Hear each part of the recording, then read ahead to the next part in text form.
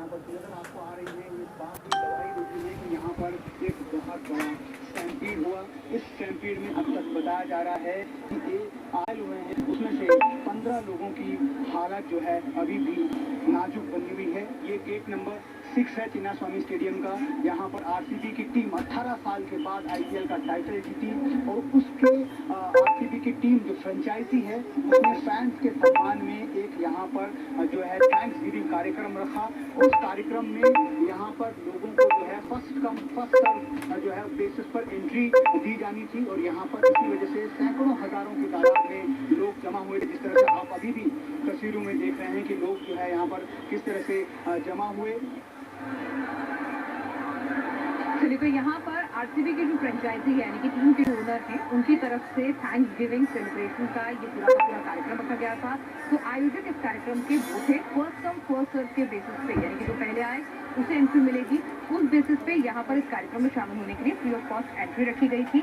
लेकिन क्योंकि विंडो बहुत छोटा था इस कार्यक्रम को अरेंज करने के लिए, तो पहले तो जो विक्ट्री डे परेड होनी थी यानी कि जो रोड शो होना था उसको कैंसिल करा गया सुरक्षा के मद्देनजर, स्टैम्पीड को देखते हुए, भीड़ को देखते हुए।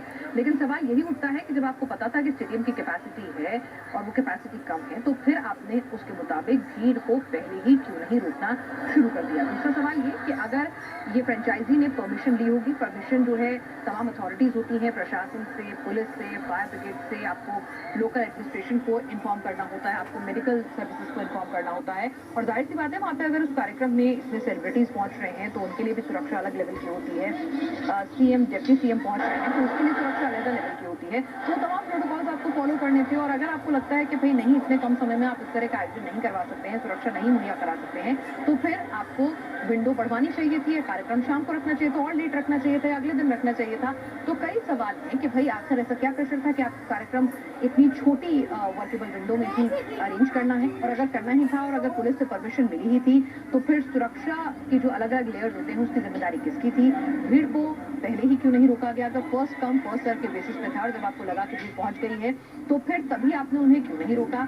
एक सवाल ये भी है कि अगर जब ये भगदड़ मच गई थी और जब स्थिति जो है बिगड़ गई थी तो फिर कार्यक्रम अंदर चल रहा था, तो वो सेलिब्रेशन अंदर चलते रहने का औचित्य क्या था? कई लोगों को, कई फैंस को उस पर भी नाराजगी है कि सीएम, डिप्टी सीएम जहां लोगों को फैसिलिटेट करते, उनकी जो घायल हैं उनको सुविधा मुहैया कराते, उनके हालचाल जानते, वो सेलिब्रेट करने में बिजी है।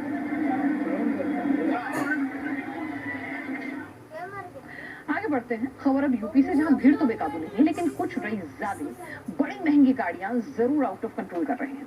पिछले 48 घंटे में देखें तो आप नोएडा से लेकर लखनऊ तक चले